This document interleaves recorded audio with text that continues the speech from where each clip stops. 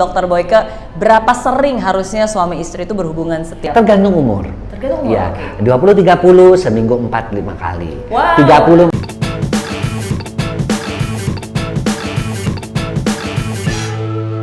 Eits, tunggu dulu. Sebelum nonton video lengkapnya, jangan lupa untuk subscribe ya dan klik link di bawah ini. Jangan lupa juga untuk klik tombol loncengnya. Oke? Terima kasih. Selamat menonton. Untuk suami istrinya. Nah, seringkali kan biasanya kalau cowok itu ada yang namanya puber kedua, usia 40 tahunan katanya, benar nggak? Terus kedua biasanya itu terjadi di usia 40 tahunan, justru perempuannya malah menopause. Dalam arti gairahnya justru malah berkurang. Ya. Nah itu gimana cara? Jadi kembali ke komitmen perkawinan. Nomor satu itu perselingkuhan itu ternyata bukan karena masalah seks. Nomor satu penyebabnya adalah komunikasi. Ya, komunikasi yang tidak nyambung antara suami dan istri. Padahal dia udah bertahun-tahun menikah sampai pubertas kedua katanya. Sebenarnya bukan pubertas itu hanya sekali. Ya, mimpi basah itulah. Ya, tumbuh rambut kemaluan dan sebagainya itu pubertas, ya suara pecah, jerawat. Tapi kan kalau udah 40 tahun mana ada tumbuh apanya, ya kan jakunnya juga nggak tumbuh. Jadi istilah pubertas kedua tidak ada.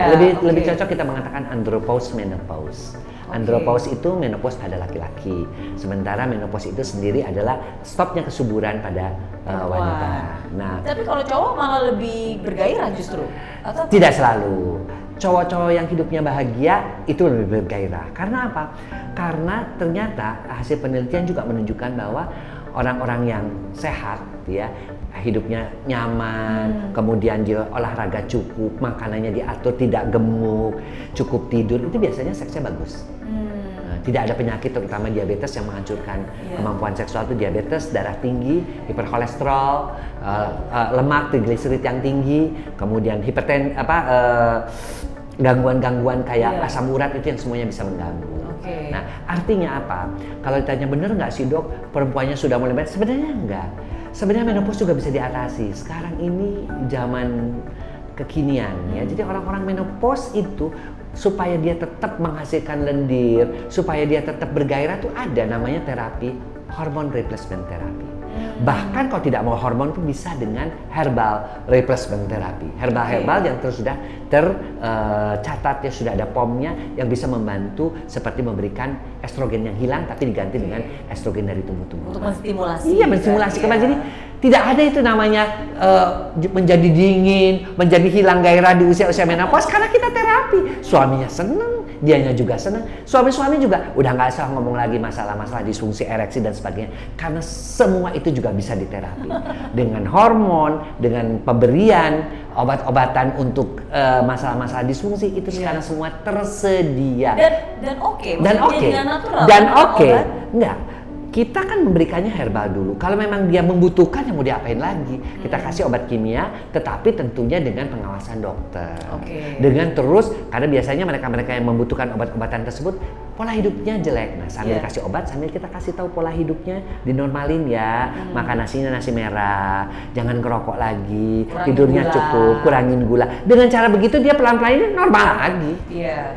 Gitu. Nah, kalau gitu berarti sebenarnya nih, menurut Dokter Boyke, berapa sering harusnya suami istri itu berhubungan setiap? Tergantung umur. Tergantung umur, ya, 20-30 seminggu 4-5 kali. Wow. 30-40 seminggu 2-3 kali. Ya, 50-60 seminggu 2 kali, 60 ke atas seminggu sekali. Itu data-data secara valid itu hampir semua pasangan suami istri di seluruh dunia. Itu yang normal, yang normal, yang recommended. Yang recommended. Ya? Jadi 80% lah orang-orang melakukan seperti itu. Nah, kalau misalnya salah satu kadang-kadang kan capek, sibuk, atau mungkin yang long distance yang ada di luar kota nggak ketemu. Nah, lalu gimana cara mengatasinya? Mengatasinya kan satu, seks itu kan energi, dia bisa dibantu, dialihkan. Energi itu kan bisa disublimasi, misalnya dengan cara olahraga, dengan cara dia membaca buku dan sebagainya. Energi itu harusnya hilang, gitu loh. Tapi kalau Anda yang maksudnya ini yang tidak long distance ya, yang artinya suami istri yang ada sehari-hari di rumah selalu ketemu, data-data itu memang valid gitu. Data-data itu kita dapatkan dari berbagai negara. Gitu loh. Jadi itulah kurang lebih patokan. Dokter, suami saya sih padahal udah 40 tahun, tapi mintanya hampir tiap hari. Alhamdulillah, berarti dia termasuk yang 15 sampai 20%. Oh iya. Kita bilang begitu aja. Tapi Gitu. kadang-kadang nanti Ada yang sedikit. Nah, kalau yang sedikit ibu maunya gimana? Kita panggil. Mau dinaikin? Ya dong, saya pengen dinaikin. Dok, kita tambah si suaminya. oh gitu. Jadi dikomunikasikan. Dikomunikasikan aja, dibicarakan terbuka antara dokter, pasiennya, dan kita mau, iya dok, istri saya selalu nuntut sebentar, saya kan kerjanya pulang lembur lagi begini-begini, saya rumah juga di Bekasi, jauh begini-begini. Sekarang Mbak, ibu maunya berapa? Ini oke Pak, kita tambah ya, supaya stamina Bapak bagus, supaya bisa melayani ibu yang segini. Demikian juga yang perempuan, tolong dok, suami saya itu terlalu begini-begini. Oke, sekarang suaminya kita kasih pekerjaan-pekerjaan yang lain supaya dia juga agak berkurang. Bapak olahraga kayak Pak, punya hobi melihara ikan kayak tanaman kayak, jangan mikirnya seks melulu, saya bilang gitu. Ya dikurangi, atau berzikir, dekatkan diri kepada Tuhan. Umur udah segini masih seks aja yang jadi kepikiran. Akhirnya diturunin juga, bisa. Dua-duanya happy kan. Oke. Nah, sampai usia berapa sebenarnya suami istri sudah tidak berhubungan lagi? Sampai akhir menutup mata. Ah, masa? Ya iyalah. Orang menopause dan sebagainya juga di luar negeri, guru marital therapy saya, orang Belanda, Profesor Colin itu, sampai dia 78, istrinya 76 aja masih melakukan. Artinya meskipun tidak yang full yang bagaimana, tapi bahwa itu adalah bentuk kasih sayang. It is about love. It is about care. Dokter Dian, yang paling bahagia saya kan dokter Dian, dia masih dibenerin kalau mau pergi dicium dulu, bukan di depan saya jadi ciuman bibir. 76, 78, bayangkan. Artinya apa? Tidak ada batasan untuk seks, karena seks itu merupakan ekspresi cinta yang paling tinggi. Nah, karena itu mungkin persepsi tentang seksnya berbeda, cara pandang dan pengertiannya berbeda. Betul. Wah, belajar banyak banget hari ini dari Dokter Boyke. Dan saya bisa bilang kalau ngomongin tentang seks mah nggak ada habis. Saya 17 tahun di sebuah ini nggak habis itu karena sayanya sudah mulai ngantukan kan, tapi ya mudah-mudahan sebenarnya dong ayo balik lagi, bukannya karena kita apa-apa, tapi ya kadang-kadang juga mereka itu butuh ya orang-orang yang memang menganggap seks itu ketika kita berbicara seks, kita berbicaranya dengan santai, bahwa itu is a part of life, bahwa itu ada sesuatu yang membahagiakan. Jangan memandang seks itu kotor, jorok, dosa, jangan sampai itu gitu loh. Jangan sampai memandangnya seperti itu. Dan kita selalu bertujuan, ingat pendidikan seks itu mengajar orang tuh lebih bertanggung jawab, memberitahu konsekuensinya, sehingga dia bisa melewati masa remaja, masa menopause-nya dengan tentram dan lurus baik. Betul. Nah ini kalau pengen belajar lagi dari Dokter Boyke nih, gimana nih cara belajarnya? Apakah buku-bukunya masih ada? Aku ada buku beberapa banyak, It's All About Sex, kemudian Sex for Teens, ya, kemudian ada juga di balik ruang praktek Dokter Boyke, adik bayi datang dari mana, misteri seputar organ inti, banyak kok, ada 7 atau 8. Itu bisa follow Instagramnya. Boleh, follow-nya pokoknya Dokter Boyke Dianugraha disambung semua. Gambarnya gambar saya dengan istri saya. Itu bisa follow di situ. Kalau mau nanya-nanya, biasanya saya jawab, asal jangan terlalu vulgar ya, karena untuk Instagramnya. Tanya aja, follow aja Dokter Boyke Dianugraha pokoknya. Karena banyak yang palsu ya. Ya banyak yang palsu. Jadi betul-betul Dokter Boyke Dianugraha. Nanti gambarnya agak hitam, saya dengan istri saya di situ.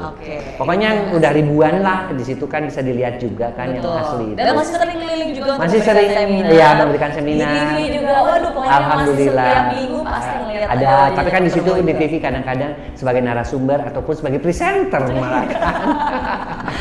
Tapi saya belajar banyak karena ini adalah sesuatu yang jarang banget untuk bisa dibicarakan.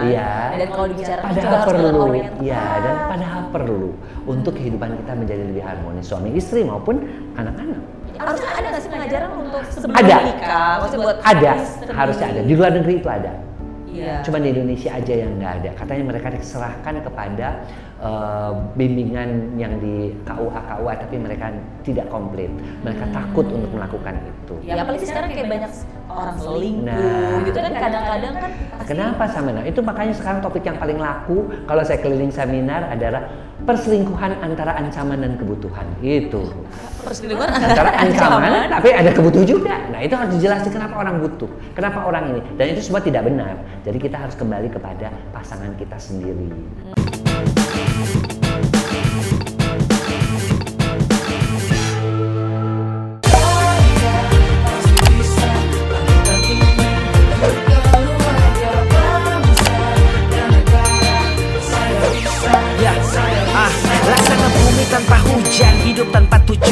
kering dan mati tanpa hijaunya tumbuhan. Demikian kalau mimpi tak kunjung terjadi.